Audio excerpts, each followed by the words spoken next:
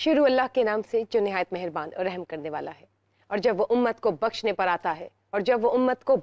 आता है तो तोहफे में रमज़ान देता है। अस्सलाम वालेकुम मोहतरम नाज़रीन, मैं हूँ आपकी मेज़बान बुशरा खान। मेरे साथ हैं हाफिज़ मोहम्मद इमरान। रमज़ान का समा डिजिटल पर अफ्तारी की एक्सक्लूसिव ट्रांसमिशन में आप सबको बहुत बहुत खुशामदीद। रमज़ान का समा एक बार फिर लेकर आया है रहमतों, बरकतों, मगफरतों वाला समा। तो चलिए आइए प्रोग्राम का बाकायदा आगाज़ करते हैं और आपको आज बताती चलूँ अपने खास मेहमानों की। एक ही फैमिली के माशाल्लाह पॉलिटिशियंस हैं, माँ बेटे का रिश्ता है। और बहुत एजाज़ की बात है कि दोनों फॉर द फर्स्ट टाइम इस गवर्नमेंट में मेंबर प्रोविंशियल असेंबली के मेंबर्स हैं, पंजाब असेंबली के मेंबर्स और MP इलेक्ट हुए हैं। जी मैं बात कर रही हूँ बीबी वडेरी और उनके बेटे मियां इमरान जावेद की। अस्सलाम वालेकुम। आज हम इनसे गपशप करेंगे, मिर्च मसालों वाली बात भी करेंगे, पॉलिटिकल बातें भी करेंगे और इनसे इनकी पॉलिटिकल जर्नी के बारे में ही पूछेंगे। और हमारे साथ मौजूद हैं मुफ्ती सखावत मुनीर नईमी साहब, कारी अताउल मनान वारसी साहब। जी हाफिज साहब, आप बताइए। बहुत बहुत शुक्रिया सबसे पहले तो आप दोनों को, और आपको मुबारकबाद दी। एक माह मुबारक में हम अल्लाह ताला ने आप पर बड़ी एक भारी जिम्मेदारी भी आयद की है। जहाँ पर एजाज़ की बात है वहाँ पर जिम्मेदारी भी है।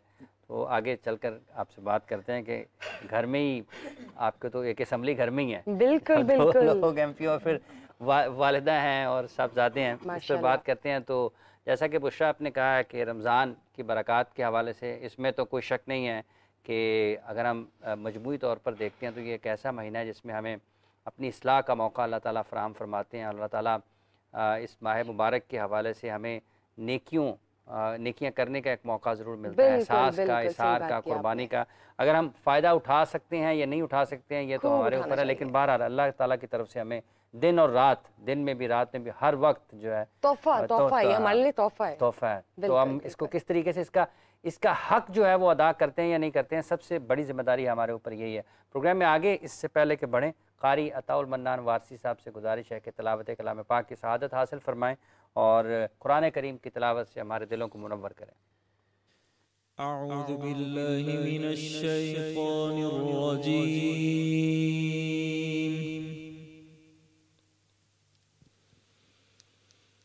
बिस्मिल्लाहिर रहमानिर रहीम।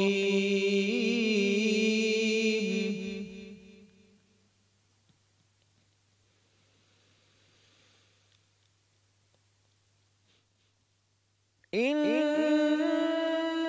फी ज़ालिका लइब्रतन लिमन यख़शा